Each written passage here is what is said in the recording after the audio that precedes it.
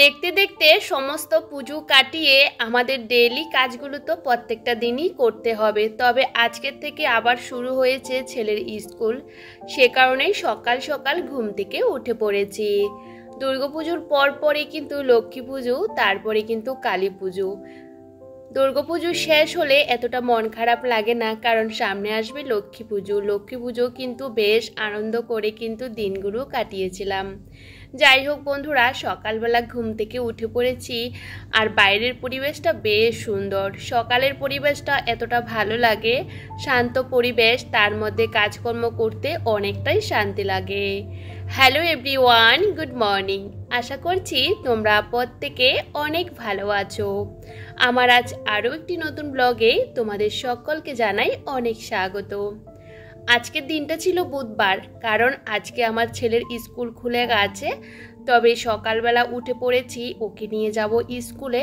তার আগে ভাবলাম ও ঘুমাচ্ছে, আমার টুকিটাকি কাজগুলো সেরে নিই।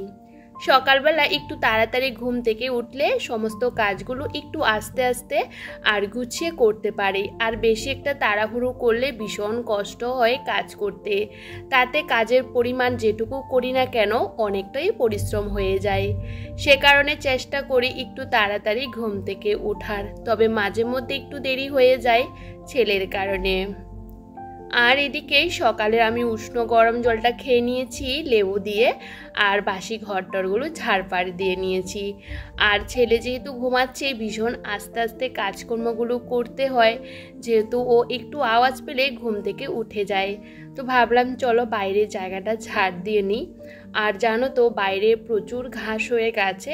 বেশিরভাগ সময় কিন্তু ঝাড় দেওয়ার সময় সমস্ত ঘাসগুলোকে তুলে ফেলা হয়, যেহেতু আমাদের এইদিকে জায়গাগুলো জলা জায়গা, আর এমনিতে একটু বৃষ্টি হলে ঘাসগুলো আরও বেশি পরিমাণে হয়ে যায়। আর আজকে কয়েকটা দিন ধরে বেশ কিন্তু বৃষ্টি হচ্ছে। দুপুর নাগাদ একদমই বৃষ্টি শুরু হয়, অনেক সময় সন্ধ্যার সময় শুরু হয়, মানে প্রত্যেকটা দিন কন্টিনিউ বৃষ্টি লেগে আছে। তার মধ্যে এই সমস্ত জায়গাগুলো পরিষ্কার করতে বেশ অসুবিধা হয়। দেখবে বৃষ্টি বাদলের দিনে ঘাস পরিষ্কার করতে গেলে প্রচুর মাটিও উঠে যায়। যেহেতু আমাদের কেনা মাটি, বুঝতে পারো, একটু মাটি ফেলতেও ভীষণ কষ্ট হয়। তবে সামনে জায়গাটা ভালো করে পরিষ্কার করে নিয়েছি, আর মাঝখানের সিঁড়ি ঘরটাও কিন্তু ভালো করে পরিষ্কার করে নিয়েছি, সেটা তোমাদের শেয়ার করিনি। তো ভাবলাম চলো এদিকে টুকিটাকি কাজগুলো সেরে নিই, কারণ বাচ্চাকে যেহেতু স্কুলে নিয়ে যাব, তার খাবারটাও রেডি করতে হবে। আর সমস্ত কাজগুলো যেহেতু একা হাতে করি না, সমস্ত দিকটা আমাকেই খেয়াল রাখতে হয়। তবে অনেক সময় একঘেয়েমি লেগে যায়, এই যে প্রত্যেক দিনের ডেইলি কাজগুলো করতে না অনেক সময় একদমই ভালো লাগে না। তবে কাজ তো করতে হবে, এই যে প্রত্যেকটা গৃহিণী কিন্তু এই কাজগুলো করে যায়। আর এদিকে ছেলেও ঘুম থেকে উঠে পড়েছে, আর ভাবলাম চলো বিছানার চাদরটা চেঞ্জ করে দিই। তো সেটা চেঞ্জ করে কেচে দিয়েছি, আর বাইরে এখনই কিন্তু আমি কেচে দিয়ে বাইরে ছড়িয়ে দিয়েছি। এখনও রোদ উঠেনি, হালকা হালকা উঠছিল। তবে আমি যেহেতু বাচ্চাকে নিয়ে স্কুলে চলে যাব, তো ভাবলাম বাইরে বালিশগুলো দেবো না, বারান্দার মধ্যে এভাবে দিয়ে রেখেছি, যদি বৃষ্টি আসে সে কারণে। আর এদিকে ছেলেকে ফ্রেশ করানো, রেডি করানো, টিফিন খাওয়ানো সমস্তটা হয়ে গেছে। আসলে সকালবেলা একদমই তাড়াহুড়োর মধ্যে থাকি, তার মধ্যে অনেকটা দিন তো রেস্ট করেছিলাম, আর এখন স্কুল খুলেছে, ওকে তো স্কুলে নিয়ে যেতেই হবে। যাই হোক, এখন সমস্ত কিছু রেডি করে আমি বেরিয়ে পড়েছি। তবে বাচ্চাকে স্কুলে ঢুকিয়ে দিয়ে আমি একটু বাজারে যাচ্ছি, কারণ কি বলতো, একটু মাছ নিয়ে আসবো আর সবজিপাতি কিছু নিয়ে আসবো। তবে বাচ্চার স্কুল থাকলে আমার বাজার করতে কোনো রকম অসুবিধা হয় না, ওকে স্কুলে ঢুকিয়ে দিয়ে আমি বাজার করে নিতে পারি, বেশ সুবিধা হয়। নাহলে বাচ্চাকে কোলে নিয়ে বাজার করতে ভীষণ কষ্ট হয়, জানো তো। আর এদিকে জিনিসপত্রের যা পরিমাণে দাম, আজকে মাছের কিলো ছিল 240-50 টাকা করে, জানো তো। এতটা রেট বেড়ে গেছে, কি বলবো, আর কি বা খাবে। আর সমস্ত সবজিপাতির দামও বেড়ে গেছে। তবে বেশি কিছু আমি নিয়ে আসিনি, ওই যে মাছ নিয়ে এসেছি, আর কাঁচা কলা, আর ছেলের জন্য এমনিতে পাকা কলা, আর টুকি টমেটো, এই সমস্ত কিছু, কাঁচা লঙ্কা। তো দেখো এদিকে বাজারটা নিয়ে এসে আমি কিন্তু বলের মধ্যে মাছটা রেখে দিয়েছি, আর সবজিগুলো গুছিয়ে রেখে দিয়েছি, কারণ আমি বাজার করে আস্তে আস্তে বাড়িতে 9টা বেজে গেছে। ছেলেকে আবার আনতে যেতে হবে 10টার পরে। আসলে কি বলতো, সমস্ত দিকটা সামলাতেও একা হাতে ভীষণ কষ্ট হয়। ঘরে বাইরে যদি একটা গৃহিণী যদি সামলায় না, যারা সামলায় তারাই শুধু বোঝে। অনেক সময় মুখে বলতে কথাগুলো অনেকটা সহজ হয়ে যায়। সকালবেলা বাচ্চাকে স্কুলে দিয়ে আসা, নিয়ে আসা, বাজারঘাট করা, সবটা যেহেতু আমি একা হাতে করি, যেহেতু বর বাড়ি থাকে না, বুঝতে পারো সমস্ত দিকটা সামলাতে ভীষণই অসুবিধা হয়। তারপরেও নিজের মতন করে করার চেষ্টা করছি। ভাবলাম মাছটা চানের আগে ধুবো, এখন চানের আগে ধুবো না, কারণ আমার অনেক কাজকর্ম রয়ে গেছে, সেগুলো সারি তারপরেই করব। কাজ তো আমাদের প্রত্যেকটা দিনই থাকে, একটা বাড়িতে প্রচুর কাজকর্ম থাকে। তোমাদের তো সব কিছু শেয়ার করতে পারি না, ঘরে বাইরে সমস্ত দিকটা আমাকে নিজেই সামলাতে হয়। সেহেতু সমস্ত কাজটা টাইমের মতো করার চেষ্টা করি, কারণ সমস্ত দিকটা কিন্তু টাইমের মধ্যে শেষ করতে গেলে কাজও করতে হবে, তাই না? আর এদিকে সকাল থেকে এখনও কিছু খাওয়া হয়নি। তোমাদের একটা কথাই বলে থাকি, ওই যে বর বাড়িতে নেই, একার জন্য সকালে আর টিফিন বানাতে ইচ্ছে করে না। তবে বাচ্চার জন্য যেটুকু বানাই, অল্প করে ওকে বানাই, খাইয়ে ওকে কখন স্কুলে পৌঁছে দেব এটা একটা টেনশান থাকে। তারপরে আবার ওকে আনতে যাওয়ার একটা টেনশান থাকে। তো টাইমের মধ্যে কাজগুলো কমপ্লিট করার চেষ্টা করি, না হলে বাচ্চাকে নিয়ে এসে না ওই যে আবার সংসারের সমস্ত কাজগুলো করো, আবার রান্না করো, অনেকটা দেরি হয়ে যায়। একা থাকলে কি হবে বলো তো, একা সংসারেও কিন্তু প্রচুর কাজ থাকে। আর যেহেতু একা হাতে সমস্ত কাজগুলো আমাকেই করতে হয়, সেজন্য কাজগুলো করতে অনেকটাও দেরি হয়ে যায়। তবে একটু বসার আমি সময় পাই না, সকাল থেকে দুপুর পর্যন্ত আমার কাজ থাকে।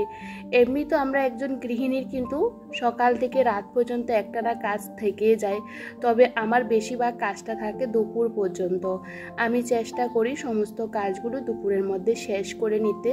সারাদিন যদি কাজকর্ম করতে থাকি তাহলে তো নিজেকেও একটু সময় দেওয়ার দরকার। নিজে যদি ফিট না থাকি তাহলে কাজগুলো কিভাবে করব বলো তো? তো সমস্ত দিকটা ব্যালেন্স করে চলার চেষ্টা করি। আর এদিকে এক এক করে আমার ঘরের কাজগুলো কমপ্লিট করে নিয়েছি, ঘর দুয়ার সমস্ত কিছু মুছে নিয়েছি। ভাবলাম চলো ঠাকুরের বাসন টাসন সমস্ত কিছু মেজে নিয়েছি, আর এখন এসেছি মাছটা ধুতে। কারণ কি বলতো, ক্যামেরা নিয়ে ছোটাছুটি করলে কাজগুলো করতে বেশ খানিকটা দেরি হয়ে যায়, তাহলে কি বলতো বাচ্চাকে আনতে যেতে অনেকটাই দেরি হয়ে যাবে। এদিকে মাছটা নিয়ে এসেছি অনেকক্ষণ আগে, কিন্তু ধোয়া হয়নি, তো ভাবলাম চানের আগে করে নেব। এই যে চানটা করে মাছটা ধুয়ে সমস্ত কিছু গুছিয়ে ফ্রিজের মধ্যে রেখে দিয়েছি। আর এদিকে আমার ঠাকুর পুজোটাও হয়ে গেছে। সকাল সকাল চেষ্টা করি পুজোটা দিয়ে দিতে, আর সকালবেলা পুজোটা দিয়ে দিলে না বেশ ভালো লাগে।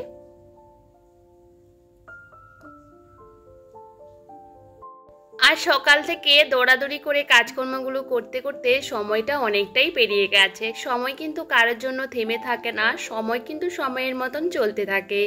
নিজেকে কিন্তু কাজের স্পিডটা অনেকটা পরিমাণে বাড়াতে হবে, তাহলে সময়ের সাথে তাল মেলাতে পারবো, তাই না?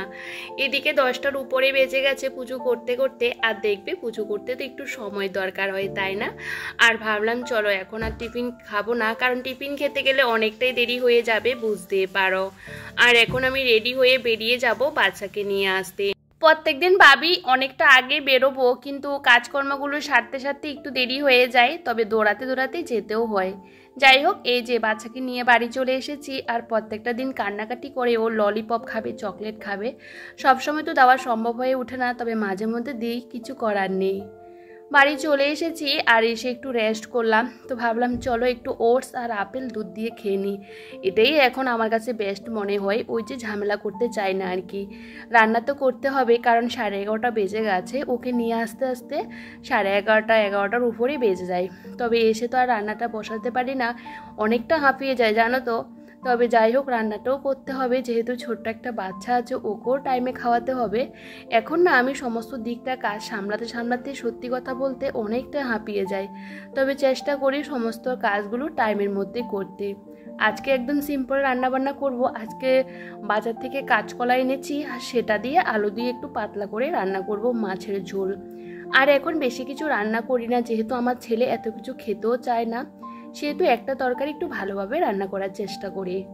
আর সাথে ছেলেকে একটু বাতাবি লেবু ছুলে দিয়েছি, ও লেবু খেতে ভীষণ পছন্দ করে। ভাত একদমই খেতে চায় না, তবে কিছু করার নেই, খাওয়াতে তো হবে। আর আজকের তরকারিটা লঙ্কা ছাড়াই রান্না করেছি, একটা লঙ্কা দিলেও না ও খেতে পারে না। তো ভাবলাম যাই হোক এভাবেই রান্না করি, সমস্ত কিছু দিয়েছি, শুধু লঙ্কাটা দেওয়া হয়নি। আর এদিকে আজকে আমার জন্য রান্না করছিলাম মাছের তেল। ভেবেছিলাম মাছের তেলটা রান্না করব না, রেখে দেব, তবে মাছের তেলটা না রেখে দিলে আর ভালো লাগে না, পরে খেতে কেমনটা লাগে। তো সেহেতু ভাবলাম চলো একটু আলু কুচু করে নিই আর সেটাই রান্না করে নিই। আর আমার না মাছের তেল খেতে ভীষণ ভালো লাগে, আমি সবসময় বাজারে গেলে মাছের তেলটাই কিন্তু খুঁজি। তবে আজকের তেলটাও কিন্তু বেশ ভালো ছিল। তো দেখো রান্নাবান্নাও হয়ে গেছে আর সমস্ত দিকগুলো ভালো করে পরিষ্কার করে নিয়েছি। আর যে সমস্ত কাঁচাকুদোয়া করেছিলাম সকালবেলা আর রোদে দিয়েছি, সমস্ত কিছু নিয়ে এসেছি। আর সাথে ছেলে জামা কাপড় সমস্ত কিছু অগোছালো করে নিয়েছে। আমার ছেলে না ওই যে ছোট্ট একটা ওয়ার্ড্রোব আছে ওর, সেটা কিন্তু একদমই অগোছালো করে রাখে। আর দেখবে আলমারির মধ্যে জামা কাপড় রাখলে, অগোছালো করে রাখলে তো কেউ দেখে না, তবে কীরকম একটা লাগে দেখবে। আমরা যেহেতু সবসময় গুছিয়ে কাজ করি, একটু এদিক সেদিক অগোছালো হয়ে থাকলে একদমই ভালো লাগে না, আর সেটা আলমারির ভিতর হোক আর বাইরে হোক। তো দেখো এদিকে আলমারিটা ভালো করে মুছে নেব, ছেলের ছোট্ট ওয়ার্ড্রোব আর কি। তো সেটাকে মুছে সমস্ত জামা কাপড়গুলো গুছিয়ে রাখবো। আর বাইরে যে জামা কাপড়গুলো সেগুলো বাইরে যেখানে যেটা রাখার সেটা রেখে দেব। তো ভাবলাম চলো বাচ্চাকে চানটা করিয়ে খাইয়ে দেব। এখনও বাচ্চাকে চান করানো হয়নি, ও ভীষণ খেলা করছিল। তো ভাবলাম চলো আমার কাজকর্মগুলো সেরে নিই। আর এদিকে বাচ্চাকে এখন খাওয়ানো হয়েছে, আর এদিকে দেখো বৃষ্টি শুরু হয়েছে।